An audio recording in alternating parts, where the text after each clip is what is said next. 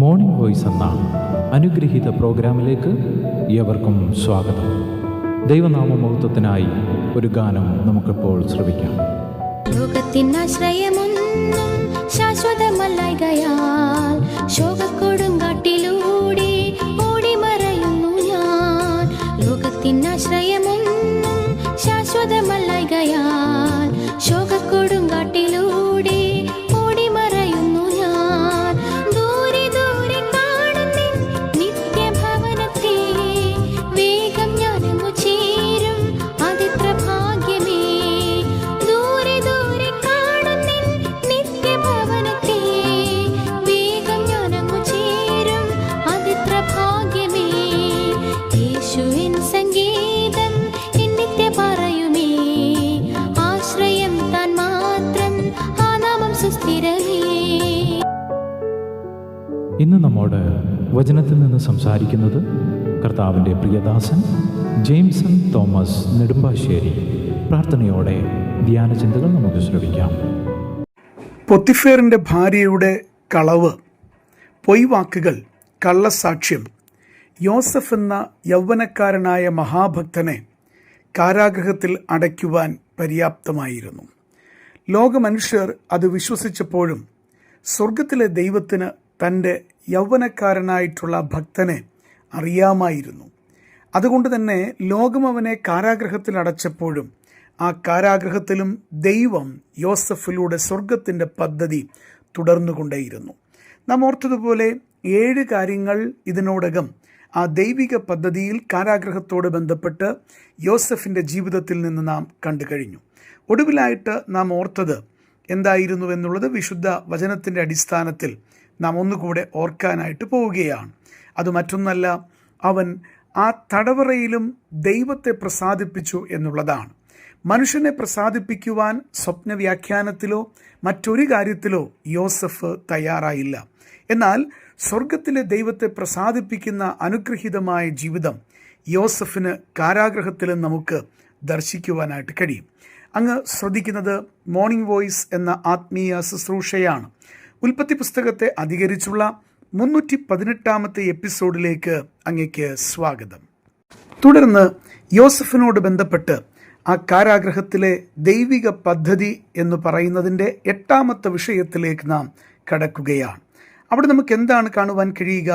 കാരാഗൃഹത്തിലും നല്ല സാക്ഷ്യം പ്രാപിക്കുന്ന യോസഫിനെ കാണുവാൻ കഴിയുന്നു. 40ാം അധ്യായം ഉൽപ്പത്തി പുസ്തകം 15ാം വാക്യത്തിൽ നമ്മൾ ഇങ്ങനെയാണ് വായിക്കുന്നത്. അത് യോസഫ് പറയുന്നതാണ്: എന്നെ എബ്രായരുടെ ദേശത്ത് നിന്ന് കട്ടുകൊണ്ടു പോകുന്നതാകുന്നു. ഈ കുണ്ടറയിൽ എന്നെ ഇടേണ്ടതിന് ഞാൻ ഇവിടെയും യാതൊന്നും ചെയ്തിട്ടില്ല.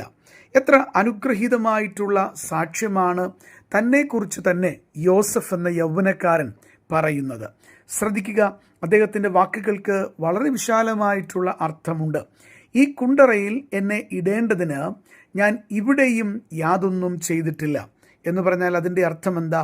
ഈ കുണ്ടറയിൽ ഞാൻ യാതൊരു തെറ്റിൻ്റെയും അടിസ്ഥാനത്തിലല്ല ആക്കപ്പെട്ടിരിക്കുന്നത്. ഈ കുണ്ടറയ്ക്ക് അല്ലെങ്കിൽ ഈ കാരാഗൃഹത്തിൽ ഞാൻ കിടക്കുമ്പോൾ അത് എൻ്റെ കുറ്റം കൊണ്ടല്ല എന്നാണ് യോസഫ് പറയുന്നത്. പല മനുഷ്യരും സ്വയനീതീകരണത്തിനായി പലപ്പോഴും കളവ് വാക്കുകൾ പറയുമ്പോൾ ഇവിടെ അങ്ങനെയല്ല, മറിച്ച് ദൈവം അംഗീകരിച്ച യോസഫിൻ്റെ വാക്കുകളെയാണ് നമുക്ക് കാണുവാൻ കഴിയുന്നത്. ദൈവസന്നിധിയിൽ പൂർണ്ണമായിട്ടുള്ള വലിയ ബലത്തോടുകൂടെ അല്ലെങ്കിൽ ദൈവസന്നിധിയിൽ നേർമയോടുകൂടെ സ്വർഗം അംഗീകരിക്കുമെന്നുള്ള ബോധ്യത്തോടുകൂടെ നമുക്ക് നമ്മുടെ സാക്ഷ്യം പറയുവാൻ കഴിയുമെങ്കിൽ അതെത്രയോ അനുഗ്രഹീതമായ കാര്യമാണ്. യോസഫിനെ സംബന്ധിച്ചിടത്തോളം അവൻ്റെ ജീവിതത്തിൽ ദൈവമുൻപാകെ അവൻ സംസാരിക്കുകയാണ്. അവൻ പറയുന്നു, ഈ കുണ്ടറയിൽ എന്നെ ഇടേണ്ടതിന് ഞാൻ ഇവിടെയും യാതൊന്നും ചെയ്തിട്ടില്ല. പ്രിയപ്പെട്ടവരെ, നമുക്ക് നമ്മെ തന്നെ ദൈവമുൻപാകെ പരിശോധിച്ചുകൊണ്ട് ആത്മാർത്ഥമായി നമ്മുടെ ജീവിതം വിശുദ്ധമാണ് എന്ന് പറയുവാൻ കഴിയുമെങ്കിൽ അതിലും വലിയൊരു കാര്യം നമുക്ക് നേടേണ്ടതായിട്ടില്ല. ലോകം മുഴുവൻ നമ്മളെ കുറ്റപ്പെടുത്തിയാലും ദൈവസന്നിധിയിൽ നാം നേരുള്ളവരാണെന്നുള്ള പൂർണ്ണ ബോധ്യം വചനത്തിൻ്റെ അടിസ്ഥാനത്തിൽ ദൈവമുൻപാകെ നമുക്ക് അങ്ങനെ തന്നെയാണെങ്കിൽ നാം ഭയപ്പെടേണ്ടതായിട്ടില്ല. ഇവിടെ നിങ്ങൾ ശ്രദ്ധിച്ചു നോക്കിയാൽ ഈ കുണ്ടറയിൽ എന്നെ ഇടേണ്ടതിന് ഞാൻ ഇവിടെയും യാതൊന്നും ചെയ്തിട്ടില്ല എന്ന് പറഞ്ഞാൽ മിസ്രൈമിൽ ഞാൻ വന്നതിന് ശേഷം അത്തരത്തിൽ ഒരു കുറ്റവും യഥാർത്ഥമായി എൻ്റെ മേൽ ആരോപിക്കുവാൻ ഇല്ല എന്നുള്ളതാ. തികഞ്ഞ സാക്ഷ്യം മിസ്രൈമിലെങ്ങും അവനായിരുന്ന എല്ലായിടങ്ങളിലും അവന് പ്രാപിപ്പാനായിട്ട് കഴിഞ്ഞു. അവിടെ മറ്റൊരർത്ഥം കൂടെയുണ്ട്. നോക്കുക, ഇവിടെയും ഞാൻ യാതൊന്നും ചെയ്തിട്ടില്ല എന്ന് പറയുമ്പോൾ മറ്റെല്ലാ സ്ഥലങ്ങളിലും യാതൊന്നും ചെയ്തിട്ടില്ല എന്നുള്ള അർത്ഥവും അവിടെയുണ്ട്. 15-ാം വാക്യത്തിൽ എന്നെ എബ്രായരുടെ ദേശത്ത് നിന്ന് കട്ടുകൊണ്ടുപോകുന്നതാകുന്നു. വാസ്തവത്തിൽ എബ്രായരുടെ ദേശത്തിൽ നിന്ന് അടിമയായി സഹോദരന്മാരാൽ വഞ്ചിക്കപ്പെട്ട് അവൻ വിൽക്കപ്പെടുകയായിരുന്നു. അദ്ദേഹം പറയുന്നു, ഈ കുണ്ടറയിൽ ഞാൻ കിടക്കുമ്പോൾ മിസ്രൈമിൽ എൻ്റെ സാക്ഷ്യത്തിന് വിഘാതമായിട്ട് ഞാൻ ഒന്നും ചെയ്തിട്ടില്ല, ഞാൻ യാതൊരു അന്യായവും ചെയ്തിട്ടില്ല, ഞാൻ നിർമ്മലമായ മനസ്സാക്ഷിയോടുകൂടെ ദൈവമുൻപാകെ നിൽക്കുവാൻ പ്രാപ്തനാണ് എന്ന് ദൈവകൃപയിൽ ആശ്രയിച്ചവൻ പറയുകയാണ്. അപ്പോൾ തന്നെ മറുഭാഗമുണ്ട്, ഞാൻ എബ്രായരുടെ ദേശത്ത് നിന്ന് വന്നവനാ. ആ എബ്രായരുടെ ദേശത്ത് അപ്പൻ്റെ ഭവനത്തോട് ബന്ധപ്പെട്ടും ആട്ടെ സഹോദരന്മാരോട് ബന്ധപ്പെട്ടും ഒരിടങ്ങളിലും ഞാൻ ദൈവത്തിന് നിരക്കാത്തത്, അന്യായമായത്, തെറ്റായത് ചെയ്തിട്ടില്ല എന്നുള്ള വലിയ സാക്ഷ്യമാണ് യോസഫ് ഇവിടെ ദൈവമുൻപാകെ പ്രസ്താവിക്കുന്നത്. പ്രിയപ്പെട്ടവരെ, ഇത് ഒരു ദൈവ പൈതലിൻ്റെ ജീവിതത്തിൻ്റെ ലക്ഷ്യമാകണം. നാം ആയിരിക്കുന്ന ഏത് സ്ഥാനത്തും, കാരാഗ്രഹമാകട്ടെ, നമ്മെ ദൈവമാക്കുന്ന ഇടങ്ങളാകട്ടെ, സ്വന്തം ഭവനമാകട്ടെ, ഏത് സ്ഥാനം എന്നുള്ളതല്ല, നാം ആക്കപ്പെടുന്ന ഏത് സ്ഥാനത്തും കർത്താവിൻ്റെ മുൻപാകെ നല്ല സാക്ഷ്യം പ്രാപിക്കുവാൻ എനിക്ക് കഴിഞ്ഞു എന്ന് പറയുന്നതിനേക്കാൾ വലിയ ഒരു നന്മ പ്രാപിപ്പാനായിട്ടില്ല. പ്രിയപ്പെട്ടവരെ, ഈ വലിയ സാക്ഷ്യം യോസഫിനോട് ചേർന്ന് പറയുവാൻ നമുക്ക് കഴിയുമോ എന്ന് ഓരോരുത്തരും ദൈവസന്നിധിയിൽ സ്വയശോധനയ്ക്ക് വിധേയരാക്കേണ്ടതായിട്ടുണ്ട്. തന്നെത്താൻ വിധിക്കുന്നവൻ വിധിക്കപ്പെടുകയില്ല. നമ്മുടെ ജീവിതത്തിൽ നമ്മുടെ കുറവുകളെ കണ്ട് ഏറ്റുപറഞ്ഞ് നാം ശുദ്ധീകരണം പ്രാപിക്കുന്നുവെങ്കിൽ നമ്മെ വിധിപ്പാൻ മനുഷ്യർക്ക് കഴിയുകയില്ല. എന്നാൽ നമ്മുടെ ജീവിതത്തിൽ ദൈവമുൻപാകെ എപ്പോഴും നിർമ്മലമായ രീതിയിൽ നമ്മുടെ ജീവിതത്തിൻ്റെ അകവും പുറവുമായിരിക്കാൻ കർത്താവ് ആഗ്രഹിക്കുക. എന്നെ ശ്രദ്ധിക്കുന്ന ആരുടെയെങ്കിലും ജീവിതത്തിൽ ദൈവപ്രസാദമല്ലാത്ത എന്തെങ്കിലും കാര്യമുണ്ടെങ്കിൽ അതിനെ ഏറ്റുപറഞ്ഞുപേക്ഷിച്ച് നല്ല സാക്ഷ്യത്തിലേക്ക് തിരികെ വരുവാൻ യോസഫിൻ്റെ കാരാഗ്രഹത്തിലെ സാക്ഷ്യവും മുഖാന്തരമാകട്ടെ എന്ന് പ്രാർത്ഥിച്ചുകൊണ്ട് വാക്കുകൾ നിർത്തുന്നു. തമ്പുരാൻ അങ്ങേ അനുഗ്രഹിക്കട്ടെ.